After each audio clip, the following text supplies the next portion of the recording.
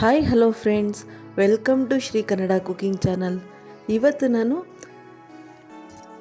ಸೀಮೆ ಬದನೆಕಾಯಿಂದ ಒಂದು ಹಸಿ ಮಜ್ಜಿಗೆನ ಮಾಡ್ತಾಯಿದ್ದೀನಿ. ಇದು ಬ್ರಾಹ್ಮಣರ ಶೈಲಿಯ ಹಸಿ ಮಜ್ಜಿಗೆ. ಇದು ಎಷ್ಟು ಸೂಪರ್ ಟೇಸ್ಟಿಯಾಗಿರುತ್ತೆ ಅಂದರೆ ಆರೋಗ್ಯಕ್ಕೂ ಕೂಡ ತುಂಬಾ ಒಳ್ಳೆಯದು.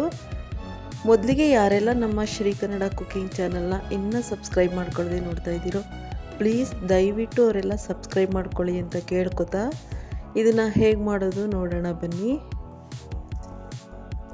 ನಾನು ಇಲ್ಲೊಂದು ಸ್ವಲ್ಪ ನೀರನ್ನು ಮಳ್ಳಿಸ್ಕೊಂಡು ಅದಕ್ಕೆ ಒಂದು 2 ಸೀಮೆ ಬದನೆಕಾಯಿಗಳನ್ನ ಈ ರೀತಿ ದಪ್ಪದಾಗಿ ಹೆಚ್ಚಿಕೊಂಡು ಹಾಕ್ತಾಯಿದ್ದೀನಿ. ಇದಕ್ಕೆ ಸ್ವಲ್ಪ ಅರಿಶಿಣ ಹಾಗೆ ರುಚಿಗೆ ತಕ್ಕಷ್ಟು ಉಪ್ಪನ್ನು ಕೂಡ ಸೇರಿಸ್ಕೊಂಡು ಚೆನ್ನಾಗಿ ಮಿಕ್ಸ್ ಮಾಡಿ ಅದನ್ನು ಒಂದು ಲಿಡ್ ಕ್ಲೋಸ್ ಮಾಡಿ ಬೇಯಿಸ್ಕೊಳ್ಳೋಣ. ಈ ಸೀಮೆ ಬದನೆಕಾಯಿ ಆರೋಗ್ಯಕ್ಕೂ ಕೂಡ ತುಂಬಾ ಒಳ್ಳೆಯದು. ಇದು ಒಂದು 5 ನಿಮಿಷ ಬೇಯಿಸಿದ್ರೆ ಸಾಕು, ತುಂಬಾ ಬೇಗ ಬೆಂದೋಗ್ಬಿಡುತ್ತೆ. ಜಾಸ್ತಿ ಟೈಮ್ ಏನು ತಗೊಳ್ಳೋದಿಲ್ಲ. ನೀವು ನೋಡ್ತಾ ಇರ್ಬೋದು ಸೀಮೆ ಬದನೆಕಾಯಿ ತುಂಬ ಸಾಫ್ಟಾಗಿ ಬೆಂದಿದೆ.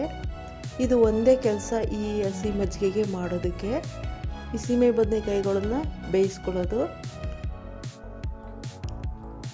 ಇದನ್ನು ಸಪ್ರೇಟ್ ಒಂದು ಪ್ಲೇಟ್ಗೆ ತೆಗೆದಿರಿಸ್ಕೊಳ್ಳೋಣ.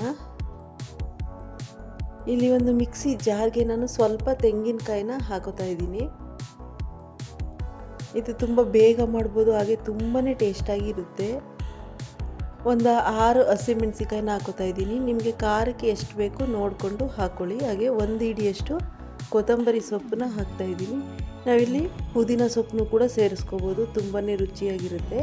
ಇದಕ್ಕೆ ಜೀರಿಗೆನ ನಾನು ಒಂದು 2 ದೊಡ್ಡ ಟೇಬಲ್ ಸ್ಪೂನಷ್ಟು ಹಾಕೋತಾ ಇದ್ದೀನಿ. ಇದಕ್ಕೆ ಜೀರಿಗೆನೇ ಹೈಲೈಟು, ತುಂಬ ರುಚಿ ಕೊಡುತ್ತೆ. ಇದನ್ನು ಆದಷ್ಟು ನುಣ್ಣಗೆ ರುಬ್ಕೋಬೇಕು. ಇಲ್ಲೊಂದು ಪಾತ್ರೆಗೆ ನಾನು ರುಬ್ಬಿರೋ ಮಿಶ್ರಣನ ಸೇರಿಸ್ಕೊತಾ ಇದ್ದೀನಿ. ನಾವು ಬೇಯಿಸಿಟ್ಕೊಂಡಿರುವಂಥ ಸೀಮೆ ಬದನೆಕಾಯಿಗಳನ್ನು ಕೂಡ ಇದಕ್ಕೆ ಹಾಕೊಳ್ಳೋಣ. ಇದಕ್ಕೆ ಸ್ವಲ್ಪ ನೀರನ್ನು ಮಿಕ್ಸ್ ಮಾಡ್ಕೋಬೇಕು. ನಿಮಗೆ ತುಂಬ ತೆಳುವಾಗಬೇಕು ಅಂದರೆ ಜಾಸ್ತಿ ಹಾಕ್ಕೊಳ್ಳಿ, ಇಲ್ಲಾಂದರೆ ಸ್ವಲ್ಪ ನೀರನ್ನು ಸೇರಿಸ್ಕೊಳ್ಳಿ. ಇಲ್ಲಿ 1 ಕಪ್ಪಷ್ಟು ಗಟ್ಟಿ ಮೊಸರನ್ನ ಹಾಕ್ತಾಯಿದ್ದೀನಿ. ಅದಕ್ಕೆ ರುಚಿಗೆ ತಕ್ಕಷ್ಟು ಉಪ್ಪನ್ನ ಸೇರಿಸ್ಕೊಳ್ಳೋಣ. ಇಷ್ಟೇ. ಇದು ಎಷ್ಟು ಬೇಗ ರೆಡಿ ಆಗುತ್ತೆ ಅಂದರೆ ಅಷ್ಟೇ ಅದ್ಭುತವಾದಂಥ ರುಚಿಯಾಗಿರುತ್ತೆ. ಇದನ್ನು ನಾನು ನಮ್ಮ ವೀಕ್ಷಕರಿಗೆ ಒಂದು ಸಲ ಇದನ್ನು ಹೇಳ್ಕೊಡ್ಲೇಬೇಕು ಅಂತ ಈ ರೀತಿ ಟ್ರೈ ಮಾಡ್ತಾಯಿದ್ದೀನಿ. ನೀವು ಮನೇಲಿ ಒಂದು ಸಲ ಟ್ರೈ ಮಾಡಿ ಹೇಗಿದೆ ಅಂತ ಕಾಮೆಂಟ್ ಬಾಕ್ಸಲ್ಲಿ ತಿಳಿಸಿ ಫ್ರೆಂಡ್ಸ್. ಈಗ ಇದಕ್ಕೆ ಒಂದು ಒಗ್ಗರಣೆನ ಕೊಟ್ಕೊಳ್ಳೋಣ. ಇಲ್ಲಿ ಒಂದು ಬಾಣಲಿಗೆ ನಾನು ಸ್ವಲ್ಪ ಎಣ್ಣೆನ ಹಾಕ್ಕೊಂಡು, ಎಣ್ಣೆ ಚೆನ್ನಾಗಿ ಕಾದ ನಂತರ ಅದಕ್ಕೆ ಸ್ವಲ್ಪ ಸಾಸಿವೆನ ಸೇರಿಸ್ಕೊಳ್ಳೋಣ. ಸಾಸಿವೆ ಚಿಟಪಟ ಅಂತ ಸಿಡಿದ ನಂತರ ಅದಕ್ಕೆ ಒಂದು 4 ರಿಂದ 5 ಒಣಮೆಣಸಿನ್ಕಾಯಿನ ಹಾಕ್ಕೊಳ್ಳೋಣ. ಹಾಗೆ ಒಂದು ಅರ್ಧ ಟೇಬಲ್ ಸ್ಪೂನಷ್ಟು ಇಂಗುನ ಸೇರಿಸ್ಕೊಂಡು ಈ ಏನಿದೆ ಹಸಿ ಮಜ್ಜಿಗೆಗೆ ಸೇರಿಸ್ಕೊಳ್ಳೋಣ. ಇಷ್ಟೇ, ತುಂಬಾ ಬೇಗ ರೆಡಿಯಾಗಿ ಹೋಗುತ್ತೆ. ಅದ್ಭುತವಾದಂಥ ರುಚಿನ ಕೊಡುತ್ತೆ ಇದು. ಊಟಕ್ಕೆ ಈ ರೀತಿ ಮಾಡಿಕೊಂಡು ವಾರದಲ್ಲಿ 2 ಸಲ, ವಾರದಲ್ಲಿ ಅಂತಲ್ಲ ಪ್ರತಿದಿನ ಮಾಡಿಕೊಂಡ್ರು ಅಷ್ಟೇ ತುಂಬಾ ರುಚಿಯಾಗಿರುತ್ತೆ. ಎಲ್ಲರೂ ಕೂಡ ಇಷ್ಟಪಟ್ಕೊಂಡು ಊಟ ಮಾಡ್ತಾರೆ. ಇನ್ನೂ 1-2 ತುತ್ತು ಜಾಸ್ತಿ ಊಟ ಮಾಡ್ತಾರೆ.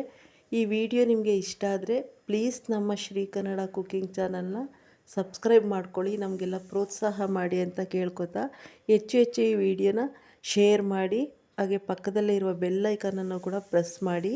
ಇದೇ ರೀತಿ ಒಳ್ಳೊಳ್ಳೆ ವಿಡಿಯೋ ಜೊತೆ ಮತ್ತೆ ಭೇಟಿಯಾಗೋಣ. ಬಾಯ್ ಬಾಯ್ ಫ್ರೆಂಡ್ಸ್.